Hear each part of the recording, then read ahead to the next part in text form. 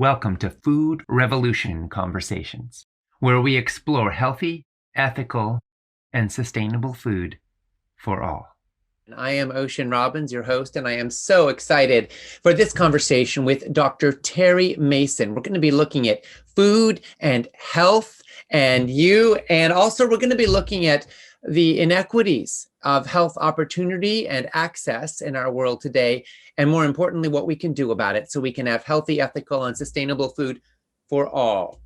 Dr. Terry Mason is a retired urologist and public health official who champions holistic approaches to health management. He serves as the CEO of Treevention Incorporated.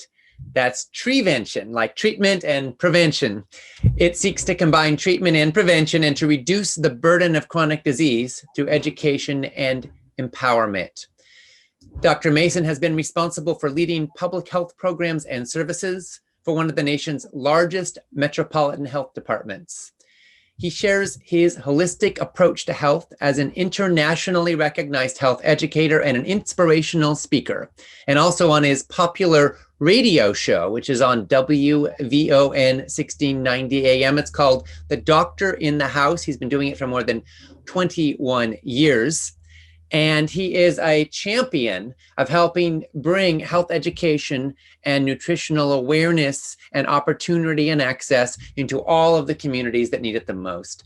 Terry, thanks so much for being here with us today. You are so welcome, and I'm grateful to be here. So you practiced urology for more than a quarter century in Chicago. And for most of that time, I gather you were someone who literally ate a steak a day. That is correct. True? Okay, but something happened through your own practice of urology that shifted your eating habits. Can you tell us about how that unfolded? Well, what I was, as you properly noted, I ate a steak a day. I loved porterhouse and T-bone, and I'd have my butcher cut them and individually wrap them. So I had one for every day. And obviously the stresses of a residency, and I was hypertensive already. What happened was I was on a treadmill working, trying to work out, ended up with chest pain, called my cardiologist from the treadmill and met him at the hospital. Next thing I knew, I was on a cardiac cath table, and he had discovered a significant blockage in a major artery. And while he had the catheter in my artery, in my heart, I was telling, and he was going to do a balloon angioplasty. I was trying to negotiate with him to let me come off of the table, and I would go out to Sausalito, California, where Dean Ornish had his program.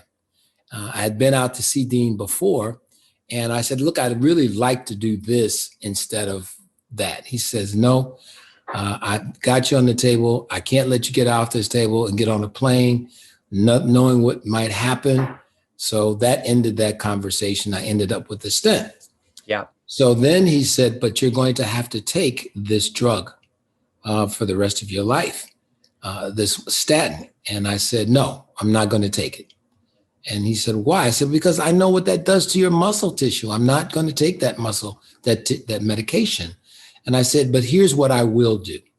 I will promise you that I won't put anything in my mouth that contains any cholesterol or bad saturated fat. And I will come to your office every month for you to verify that with a lab test. And that's what happened. Wow. And what happened then? What happened to the lab test? What happened to your heart? Well, I'm still doing fine. I haven't had any, I get checkups from time to time. Everything is fine. My cholesterol, and I'm still doing my cholesterols because I promised them I would. And they're always very, very low. And I haven't had any animal or dairy products since that time. And that's been, oh my God, that's been over maybe 15 years ago or more. So you've had a very direct personal experience with the power of food to really, in your case, literally be medicine. Absolutely. And get without all the side effects, right? I don't like to say the food as medicine. Okay. Because if we eat the right food, we would never need the medicine. Yeah. So the food is really a self-correcting agent that is the only thing that we have that actually works on the cause of our problem and not just manages a complication. Yeah, absolutely. The CDC recently came out with a report telling us that in the first half of 2020, life expectancy in the US dropped by a year overall. But among the Black population, it actually dropped quite a bit more than that, by 2.7 years. In fact, it just in 1 year, it fell down to 72 years, 77.8 for the population overall. So there's a almost 6-year gap in life expectancy along race lines right there. And everyone, of course, struggling, but Black people a lot more. We know that Black Americans are hospitalized with COVID-19 at about 2.9 times the rate of white Americans and die at about 1.9 times the rate. The CDC is saying that the primary reason for the drop in life expectancy is indeed COVID-19 related. But it's not impacting everybody equally.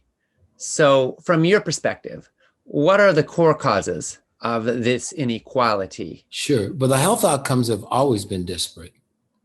The economic outcomes have been disparate. Yeah. The opportunities for professional placement are disparate. I did a lot of work in the areas of disparities, and I had a slide at the beginning of my presentation that asked the question, why do racial disparities exist? And then in nice, big, bold letters, because they're supposed to. And people would ask, well, why do you say that?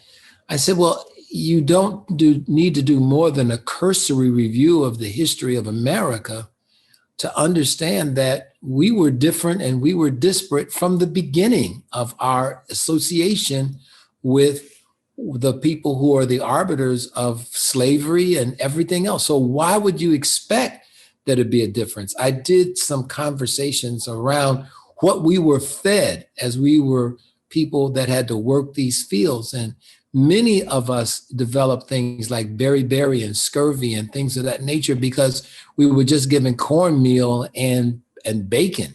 And when you saw the lynchings and all the other things, there is not just of African Americans, but what happened to the indigenous people here who were actually taken off their land by force, killed, murdered, massacred, you name it. So these disparities exist because of the history of this country and the way that people have been treated, not just in the last 10 or 15 years, but over 400 years.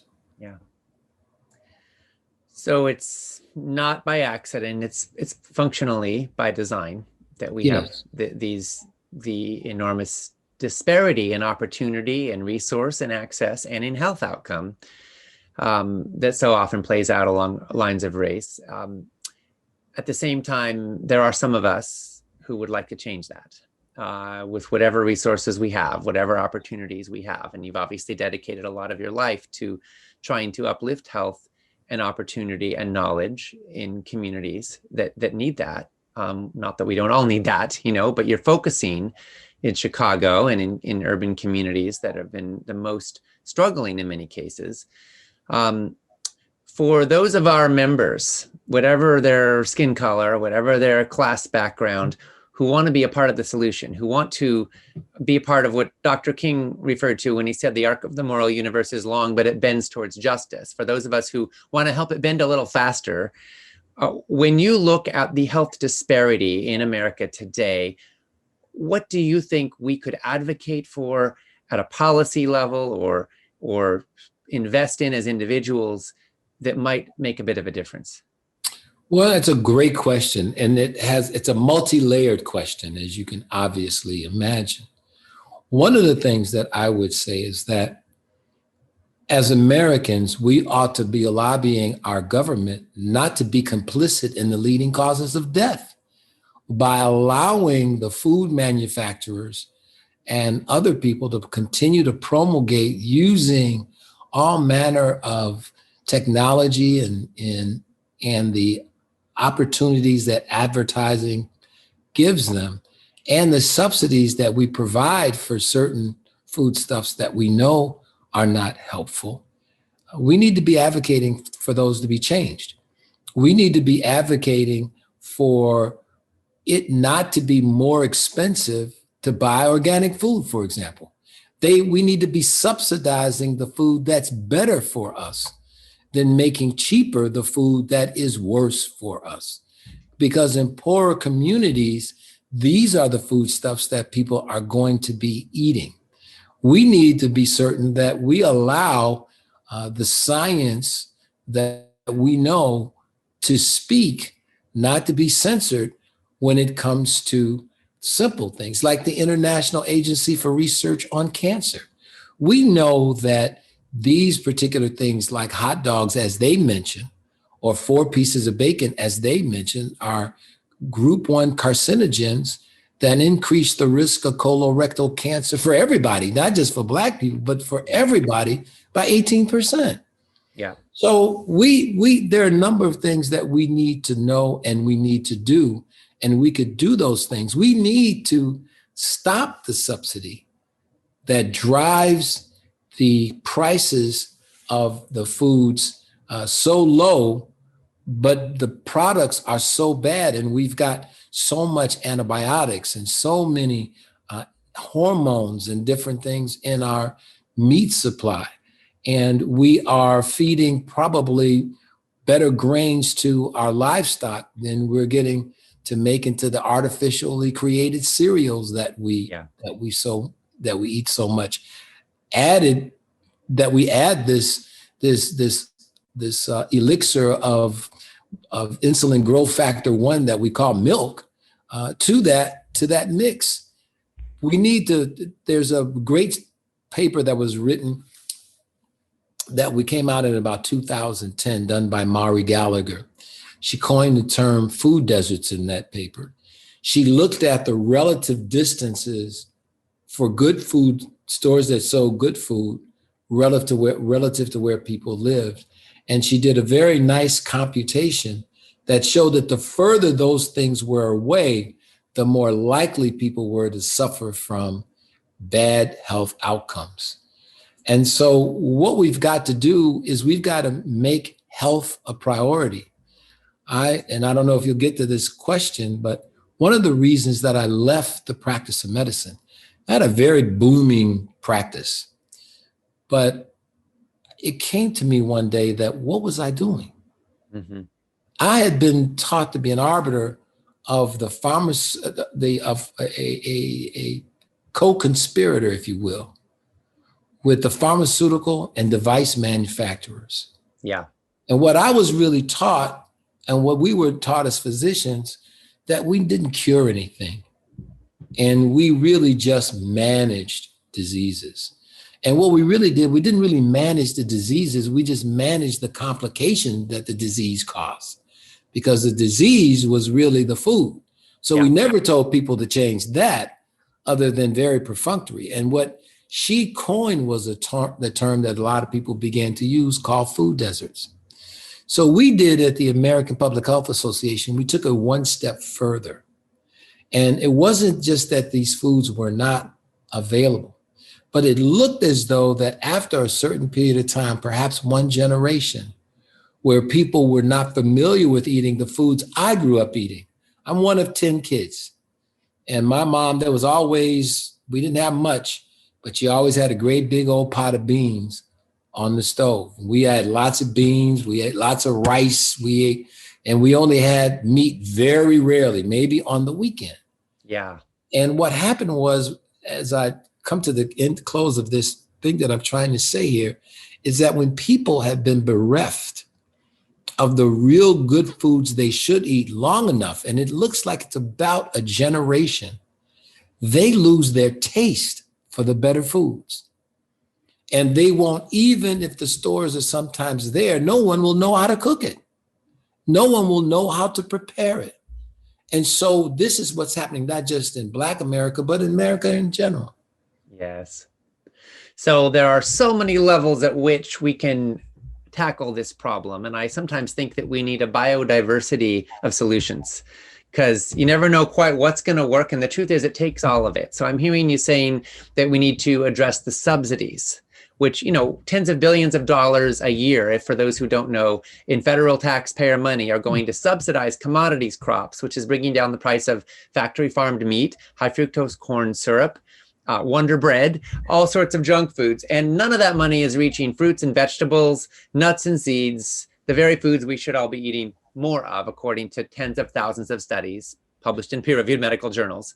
I'm also hearing you say we need to increase, to address the food desert issue. And part of how we can do that is through education and through sharing culinary wisdom that's culturally appropriate, I would add, in all of the communities that exist. So for everybody who thinks that when you're just cooking something good in the kitchen that's healthy, that's just a selfish thing. No, you're actually preserving a cultural tradition, and hopefully you'll share it with other people, because the best doorway, they say, to a man's mind is his stomach, right? So if you want to influence people, sometimes feeding them good food can be powerful work. Another thing I think we can do if we want to address the food desert issue, as well as education, is economic empowerment through, of course, resources in communities that need it. We've got to stop the redlining and a lot of the other historical practices that have unfairly discriminated against certain communities and people. But we can also double the value of the SNAP program for fruits and vegetables. There's a experiment being done around this, led by an organization called Wholesome Wave. And what they're doing is, it's called the Double Up Bucks program. There's 500,000 Americans right now that get double value for fruits and vegetables in almost every state. They're testing it out, and what they're finding is that when that happens, people buy more fruits and vegetables, demand for fruits and vegetables increases in their community, they eat more fruits and vegetables, and they're healthier because of it. So to me, this is, if we're gonna subsidize anything, we should be subsidizing healthy food in the communities that need it the most, rather than subsidizing the junk food industry. Yes, that was my entire point. And we were part of the Double Bucks program when I was at the county. We actually had RX bags, prescription bags. And our primary care doctors, one of the doctors, Dr. Jafunza Carter, was also vegan. And she helped to devise bags that had certain sort of vegetables that were better for people, may have some kidney failure, people that had high blood pressure, elevated cholesterol, different things. And then she went over those so that people walked out with a prescription that was in food, and also with a methodology to cook it that would not reverse the good things that the food would do, but would be able to accommodate the cultural tastes that people had in a way that would not make them ill. So it is, you're right. And then the hospital system itself poured more money into the Double Bucks program to extend it so that more people could get the Double Bucks. But you're absolutely right. These are the things that could be done. We can make good food cheap and widely available in America. And that's what we ought to do. But at the same time, we're going to have to stop the programming. And the programming that makes people go buy these foods that are not good for us. And the fact that nowadays, if you've got a 50-inch television set in your bedroom and you happen to wake up in the morning, you could see a 50-inch burger. And so we've got to start thinking about that. And lastly, we have got to make sure that we do what we can to make sure that the good foods also taste good, so that we could begin to reprogram the taste buds of our youth. Yes, good call. In a positive way. Good call. I want to talk COVID for a second. Sure. A CDC report analyzed more than 1.7 million US cases and 103,000 deaths. They concluded that people with underlying medical conditions like heart disease and diabetes were hospitalized 6 times as often and died 12 times as often as those without those underlying conditions. Terry, do you think that comorbidities and overall health status have a major impact on COVID-19 outcome, and that we should be putting more attention there as a society if we want to stop COVID-19? Yes, I'm actually doing a talk this weekend at a church to talk about an acronym that I call FARM, F-A-R-M, for looking at how we mitigate some of these issues with regard to COVID-19. And basically the whole thing is around what we need to do is to do the things that help our bodies fight this and to make our bodies less of a victim to the ravages of the coronavirus.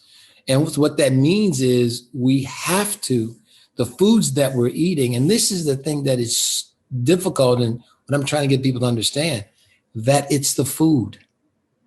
It's the food that is inflammatory. And we want to call it heart disease and this and that. But what we have is system-wide vascular inflammation caused by these foods that we eat, these processed foods, these foods that are fried, these foods that have the milks and the creams and the butters. And these are the things that are causing this inflammation, not a lot at one time, but a little bit all the time. And eventually, just as if you scrape your knee once, if you give it time, it will heal. But if 3 hours later or 4 hours later, you scrape it again, and then 4 hours after that, you scrape it again, it never heals. And that's what we do. We've been programmed to think we need to eat far more than we need to eat. We've made bad things that are very inflammatory, easy for us to have access to. And we have misguided the information as to what causes these diseases. So everybody thinks, many people think that diabetes is caused by too much sugar, when in fact it isn't the sugar at all. It's a saturated fat that kills these beta cells in the pancreas. So we really do need an education program that speaks the language that people understand. And I know our commercial industries know how to do this. The other thing is that we've got to have people stop believing they need to eat more.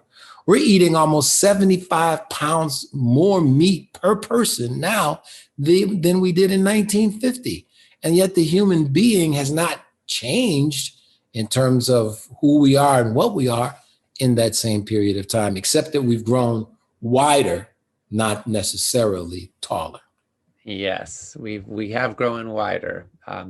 Obesity rates are now approaching 40% in America. More than 2/3 of our population is overweight. We have, I think, the dubious distinction of having the fattest population on the planet right now. I think we've passed Mexico again on obesity rate. Of course, this is all fueling disease. It's not just an aesthetic thing. That's not even the core issue. The core issue is that that's a marker for higher risk for cardiovascular disease and type 2 diabetes and so many other issues. Terry, I just want to add one thing about that before. Yeah, sure. If you might. One of the things I do is language is so important. Okay, so when I talk to people, I said, look, guys, if you have vascular disease anywhere, you have it everywhere. So this whole notion that you just got some blockages in the blood vessels of your heart is wrong. If they're in your heart, they're in your legs, they're in your stomach, they're everywhere. And they're causing, and if you got damage to these inside lining cells, these endothelial cells, anywhere in the body, you have them everywhere. It was that, and I learned that while I was in practice treating erectile dysfunction.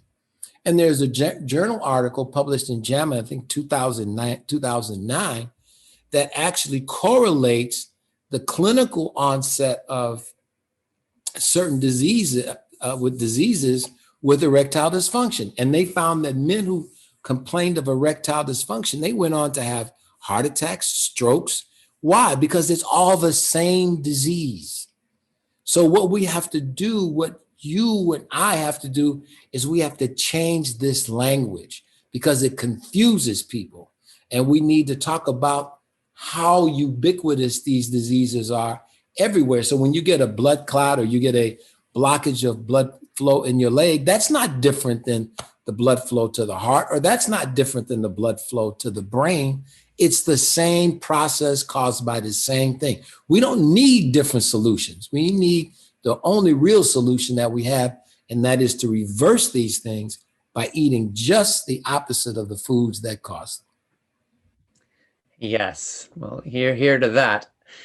You were one of the authors of a study conducted by researchers at Rush University, and the study was looking at vascular health, and it tracked, I believe, 44 African Americans. Some of them Yes. were Yes. given a plant-based diet for 5 weeks. Can you tell us what happened in the study and what did we learn from it? Well, Dr. Kim Williams, who is the professor and chair of cardiology at Rush University Hospital and the past president of the American College of Cardiology, who's always been he's very community focused. And I said, I'd really like to think about how we could begin to prove that Black people can improve. We always hear about how bad we are, but we never talk about how we improve. So we designed a small study. Actually, because of funding, it was small. We're actually now in the process of trying to get more money to do a much bigger study. So we could only take about 50 people. And our church has well over 5,000 people that attended. And just before I got the announcement out for the first service, we had 200 people in the room wanting to sign up. And what we did was we contracted with a company so we could make sure everybody had an isocaloric. They were all eating the same thing. And we asked the people that if you cheat, just write it down. Just write down what it was you ate. And we did a bunch of biometrics before and after. And they were getting food deliveries for the people. These are food. They were getting. They were supposed to just eat what they got delivered to them. They're supposed to eat what they got delivered to. Only do that. But we told them, if you cheat, just write it down. Yeah. And people were very compliant. And we also did a bunch of biometric measurements. We measured particularly inflammatory markers. And as you may know, trimethylamine oxide is one of the most, well, it does a lot of damage. And it's now been implicated in cancer and everything else. And what we did is we had a lab that we sent the blood for the pre and the post TMAOs, as well as the lipoproteins, and we assessed cardiac risk and all these things. And what we found, and insulin levels and everything else, but was the most startling thing is that the TMAO dropped 41% in 5 weeks. In 5 weeks, just on a dietary change. Wow. 41%. There's no medicine out there that can do that. And it was, and the other markers dropped too. The low density lipoproteins, so C-reactive protein, all of these things, and I can send you the poster that we put together on it. And our plan is, what we'd like to do is we'd like to get 200 people to do this, because we need more power in the larger numbers. Yeah. But it just goes to show you, and people were just astonished. And my motivation was to show that, because we never saw information like this on African-American populations. We always see the bad stuff. And here's something that shows that, hey, good things can happen when we do this. And when we change what we eat, we can change our internal biochemistry, which then changes our life and gives us a new lease that we didn't know existed before. And here is not our opinion. I always say, in God we trust, all others must have data. So this was the data. And right now we're in the process of trying to recruit some other folks to help make that money. It looks like it's going to take us to do the size study we want to do with the crossover and everything else, about $1.5 million to do this study. And we should, I just spoke to one of our senators. I'm like, guys, you got to shake some money loose from someplace, because what we're telling you is you don't know how much we could save in pharmaceuticals, hospitalizations, surgeries, and what have you, if we began to get this message out. Now, some of your donors may not like it, because we're going to be talking about the causes of this. I can't, for the rest of my life, I cannot be engaged in just prescribing pills. That's why I quit. Yeah. I have to give people what they need to reverse the disease. How much do you think we might be able to save if we truly made food the foundation of health in the United States? I would say, if we got really serious about it, not all at once, But I think that we could comfortably save, we're spending about $3 trillion now. We should be able to cut that in half. And we're spending $3 trillion. There's a great cartoon.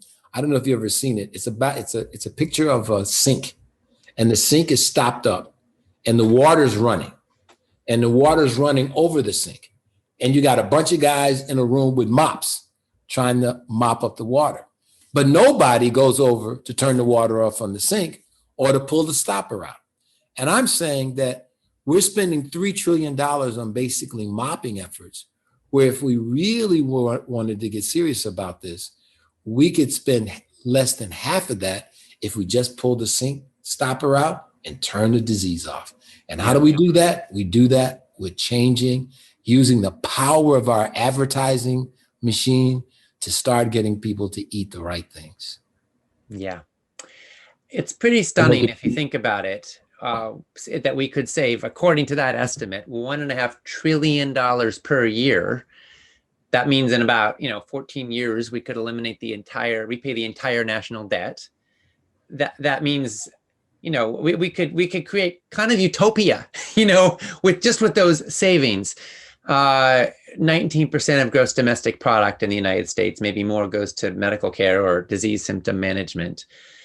And yet people say we can't afford healthy food. Well, individuals can't when the subsidies are stacked against them and when the whole economic system is stacked against them. Mm-hmm. But if we were serious about valuing health and human welfare, we could make so many good things happen. Not only that, but do you know what we do to the environment? Because now we wouldn't be killing all these animals. We wouldn't need to grow all these animals. We would be able to stop the methane that's coming from these animals that are contributing to greenhouse gases. More greenhouse gases come from that than from all of the transportation with cars, planes, boats, trucks combined. Yeah. So we could literally clean our air in a generation. Yeah. Yep, more than 80% of the Earth's agricultural land surface is being used for animal agriculture, for 17% of our calories. So yeah, tremendous savings possible there. I want to turn to another kind of more specific topic, which is lactose intolerance. It affects 65% of humanity, the vast majority of whom are people of color. And yet milk is advertised as nature's most perfect food. Of course, it is for a baby calf, but not necessarily for humans. Do you think, though, that our milk and dairy obsession are in any way functionally an expression of racism? Well, that's a great question. And the fact that there are some people that are not Black that are also lactose intolerant, but far fewer. I happen to be a lactose intolerant person, and I didn't even know what it was, and my parents didn't know what it was. I just knew I couldn't. Whenever I tried to eat certain things, I would end up in the bathroom. So I think that the fact that we're not being aggressive to do something about it is racist. Because and the fact that I have to commend guys like Neil Barnard. We went to the AMA a year or two ago where they were trying to say that lactose intolerance was a disease. And we said, no, it's not a disease. There's nothing wrong with people who are lactose intolerant other than they rightfully do not have the enzyme to break down milk that does not come from their mother, from a human mother. And there is no need for milk past the time a woman or a cow lactates for the appropriate youth or young animal or person that person is responsible for feeding. We talk a lot about that cow milk is the absolute perfect milk for baby cows. And human milk is the because we had a huge breastfeeding campaign in the Department of Public Health that we championed. And we had marches and we had parades and we had everything to celebrate women who choose to breastfeed and to give them the support that they need to do that and to create spaces in all of the businesses. We called the rooms the Milky Way rooms.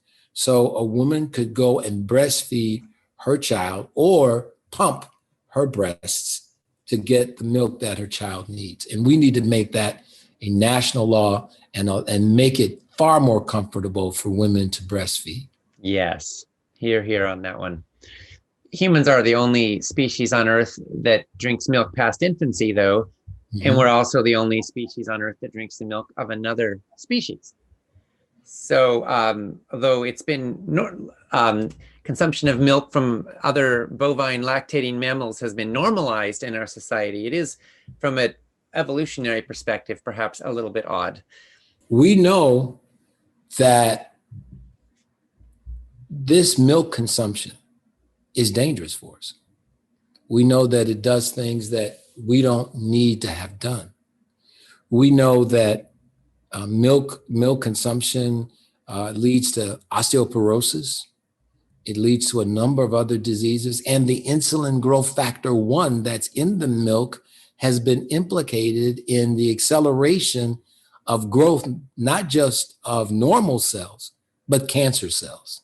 And we are cautioning people now, breast cancer, all people with cancers, that this is something they need to be careful about. Yes.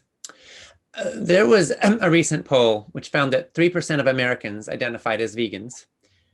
8% of Black Americans, however, identified as vegans. Another poll found that 31% of people of color in the US say they're eating less meat intentionally, compared to 19% of white respondents who said they were eating less meat intentionally. Can you shed any light on why you think it is that so many Black people and people of color in the US are moving away from animal products at a dramatically higher rate than white folks are? Any sense of the cultural elements of that, or what's making that happen? I think it's a number of things. We're seeing more of some of the celebrities who are vegan. I mean, I was with one of the basketball players who is a vegan and talks about it. We see more of these iconic people who are openly vegetarian or vegan. We're hearing more about this than we used to hear. We're seeing look at the movies that have come out, everything from Forks Over Knives to Diet Fiction to Game Changers to all of these things that have helped to change the psyche.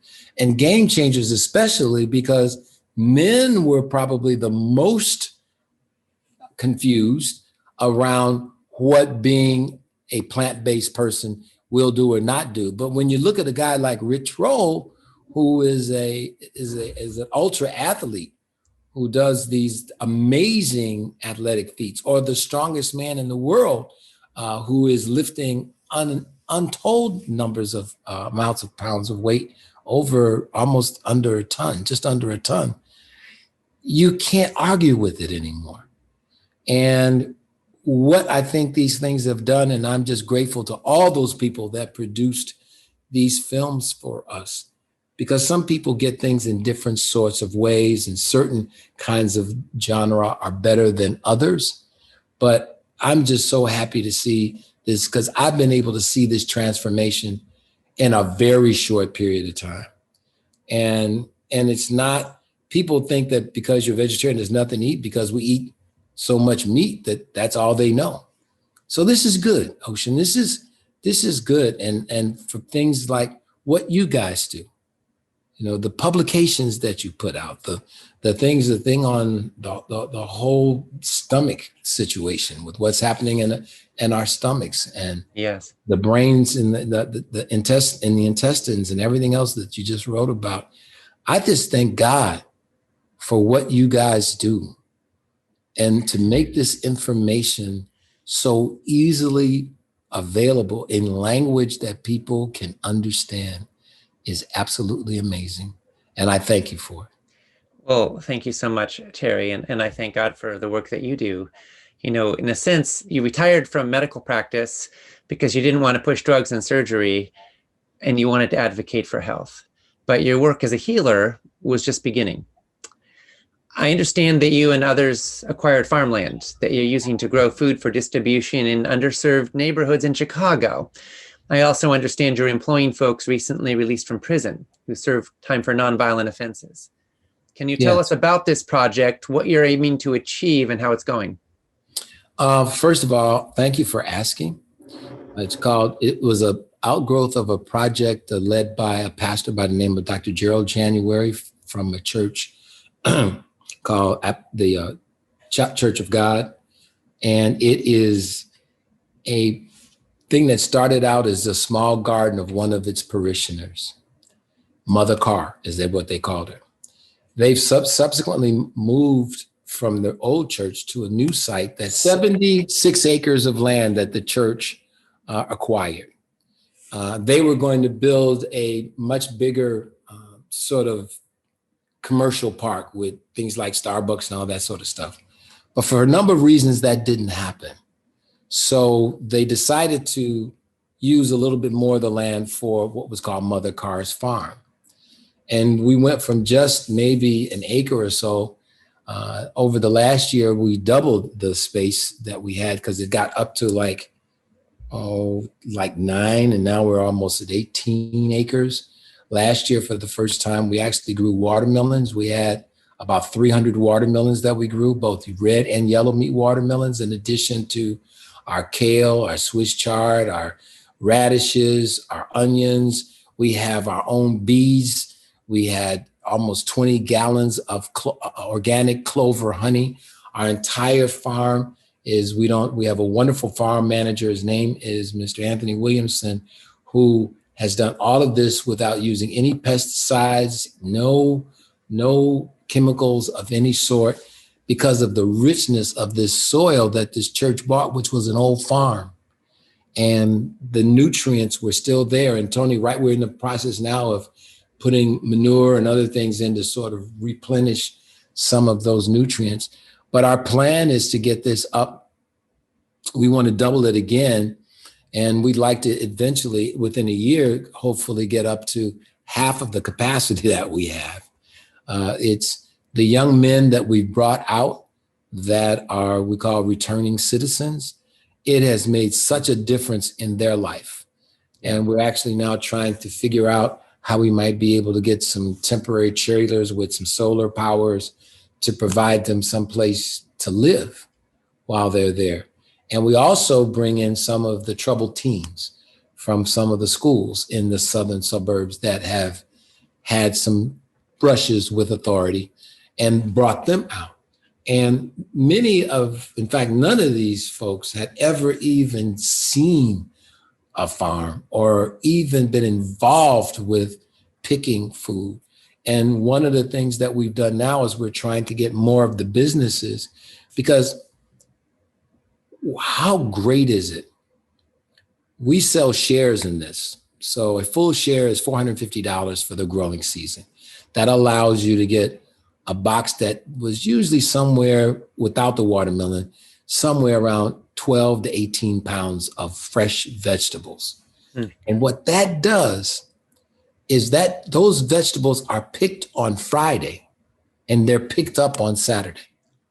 So they never see a refrigerator. It is put in just take it out and we put a little water on it and just a little ice, and people come up the next day and pick it up. And that's a box per week throughout the growing season? That's a box every other week. Yeah. And whatever we have, and that includes honey, that includes whatever is there, is picked and it's picked up. Our plan is to try to raise money to buy more farm equipment to make it a bit more efficient, as well as to create a place where we can do some degree of post-processing, because we have now a demand from the restaurants. We took some of the food to a few of the restaurants, and it's amazing. They would pick some of this stuff on Friday, and on Friday evening, these vegetables would be on the plates of people in these restaurants, and they didn't understand, why did this taste so different? And it tasted so different because it had never been stored in a refrigerated place. It had never been that. And so that one buyer went from just testing it out to buying over 350 pounds of kale from us every week. So Wow. we're really trying to expand both our commercial business, but we also want to reach out to our seniors. We're trying to create a delivery service so that they don't have to drive. It's a bit of a drive to come out to the farm. We're working with some people to create some drop-off points, and we're also working to get more farm implements and to be able to bring in higher, because we want to pay these young people a livable wage. We want them not to have to sleep out in a trailer, but we want them to have enough money to be able to rent a small apartment and to feed themselves. And so that's the other part of what we're trying to do. And we just task people. We even started a GoFundMe page. It's right on Mother Carr's farm. It's a labor of love, man. It's a labor of love. Well, it's a labor of love, and I'm thinking about the ripples this sends out. When I think about those 350 pounds of kale, when I think about all those CSAs, every single box that you're delivering equals less heart attacks, less people living in misery, less kids losing their parents too young. Every box you're delivering also represents more people employed who otherwise might have been on the streets doing who knows what. It means more human dignity restored. And it also means more regeneration of our soils. Land that might have been fallow is now growing food, which when well managed can sequester carbon, can become a piece of the solution on planet Earth. So it's like everywhere you look, you see these ripples of goodness and health and wellness flowing from this one simple act. So if people want to get involved or contribute at the GoFundMe page, what do they Google to find it? Let's go to Vernon Park Church of God. Vernon Park Church of God, okay. Vernon Park Church of God, and everything is right there. They can see pictures of the farm.